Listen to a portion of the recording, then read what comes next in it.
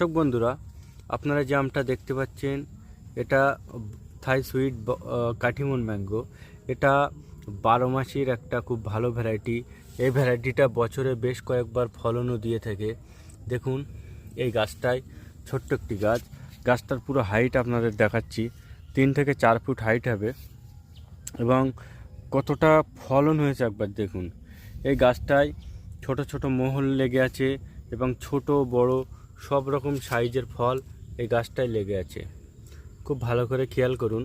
এই কাঠিমনি আম কাঁচায়ও খেতে বেশ মিষ্টি হয় এবং পাকায়ও অত্যন্ত মিষ্টি হয় এবং এই আমের আটিটা খুব ফিনফিন এবং খুব পাতলা হয়। তবে এই 12 মাসি আমের চারা যদি কারো প্রয়োজন হয় অবশ্যই আমাদের আলিয়া নার্সারিতে যোগাযোগ করবেন।